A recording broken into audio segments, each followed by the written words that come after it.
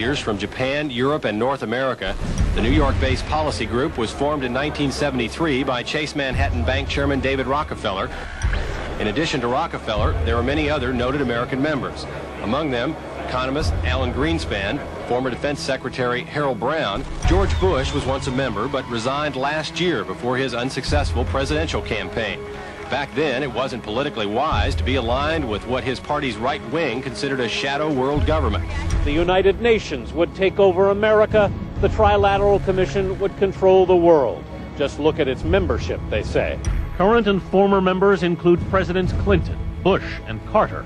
Names like Brzezinski, Christopher, Kissinger, and Schultz.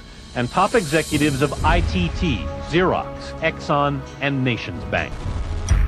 Although this group with only 300 members seems to be at the apex of the power structure, there is yet another group formed in 1954 that is even smaller in number and has a greater influence on world events.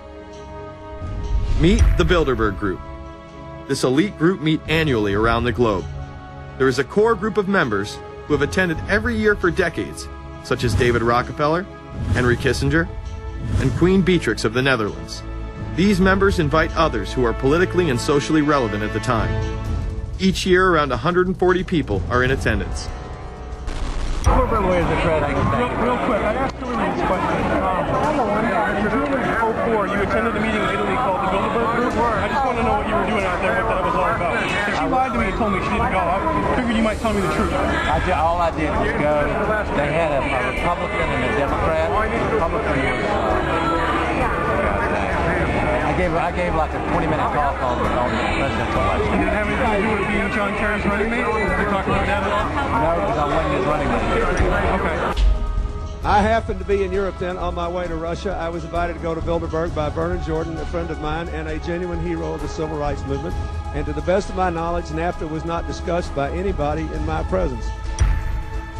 Documents released by the group in 2001 reveal that in September of 1955, the group met in Germany and covertly outlined the idea of a European Union.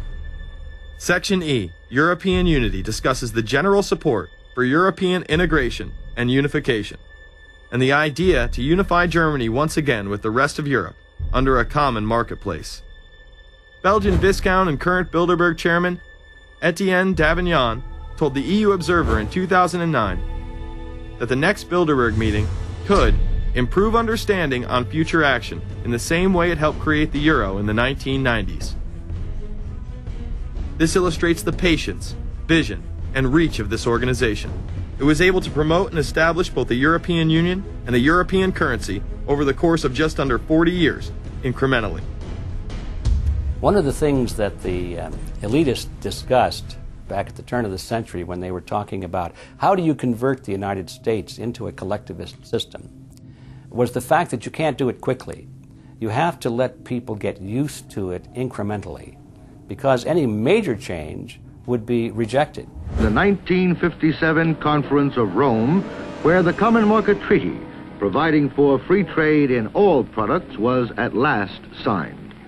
6 nations, France, Germany, Italy, Belgium, Holland, and Luxembourg, agreed to remove all mutual barriers to trade within 12 to 15 years, the embryo of a political union which they proclaimed to be their ultimate objective. In that fashion, it's possible for people to get used to this process and even to think it's a good thing. People will accept the gradual growth of government, the gradual loss of their purchasing power. They'll accept almost anything if it's done gradually, and we have to be very alert to that. 2008 and 2009 attendees include World Bank President Robert Zoellick, Treasury Secretary Timothy Geithner, former head of British Secret Intelligence Richard Dearlove, Donald Graham, CEO of the Washington Post, CNN host and author of The Post-American World, Fareed Zakaria, and many other giants of business, politics, and media. You just came back from meeting with the Bilderberg Group. The Bilderberg Group are, you know, when people who are conspiracy theory people, they send me mail, it's usually about the Bilderberg Group. And I get these books on my front door, which I'm uncomfortable with. And it's all about the Bilderberg, like they're the modern day Illuminati. Are you a member of the Bilderberg Group? I don't think we're supposed to talk about this. Many have identified them as the kingmakers, the puppet masters that pull the strings behind the scenes. Perhaps there is no better example of this than what occurred during the 2008 conference. Immediately after Obama had been selected as the Democratic presidential nominee, the pressure was on to choose a running mate. We've put together a committee. We are going to be equally deliberative in how we move forward. And we're not going to do it in the press, and we're not going to do it through surrogates. He then tricked the press corps into staying on the plane as it took off from Washington. He was whisked away to an undisclosed location. Obama was supposed to fly home. He'd been here in Virginia. He was supposed to fly home out of Dulles, as you know, outside Washington, D.C. The press corps was waiting for him on the plane, and the pilot announced that they were leaving, and Barack Obama was not on the plane. Presumptive nominees in the past has always been that they have at least a press pool with them at all times. Is there a reason why we didn't go with him in the motorcade all the way? This is what we're out here for. Now we're on this plane with no candidate. Again, I understand. There was a desire to do these meetings, obviously, in private. The press then began to report that Obama and Hillary were meeting secretly in her home. Well, we continue to follow our breaking news. Barack Obama, Hillary Clinton meeting tonight at her house in Washington, D.C. However, it was later revealed that they never actually met at Clinton's home. And we're following this breaking story. Candy Crowley, we understand, has new information. Candy, what have you learned? We are hearing actually from Chris Welch, who is our embed with the Obama campaign. Those are the people that took off without Obama and went to Chicago.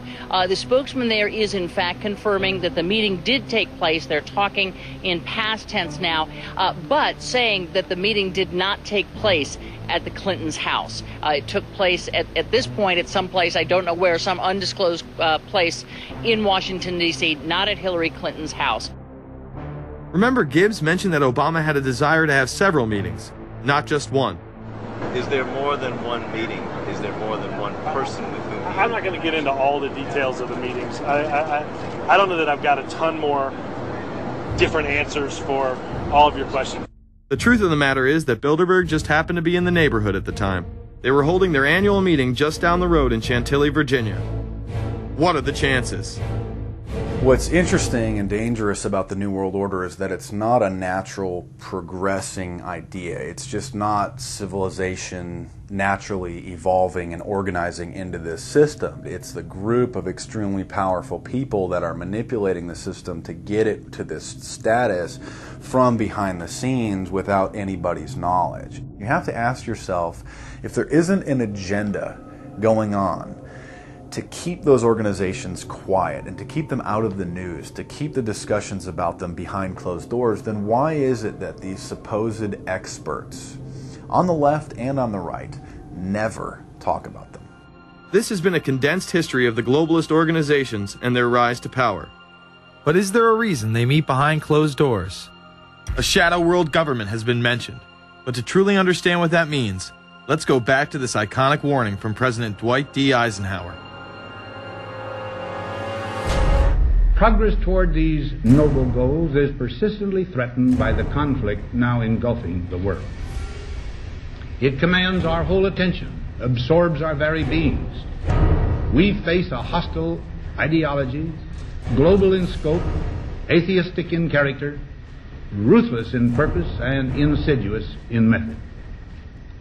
Unhappily, the danger it poses promises to be of indefinite duration. The need to maintain balance in and among national programs. Balance between the private and the public economy. Balance between the cost and hoped for advantages. Balance between the clearly necessary and the comfortably desirable. We have been compelled to create a permanent armaments industry of vast proportions. We annually spend on military security alone more than the net income of all United States corporations. The total influence, economic, political, even spiritual, is felt in every city, every state house, every office of the federal government. Yet we must not fail to comprehend its grave implications. Our toil, resources, and livelihood are all involved. So is the very structure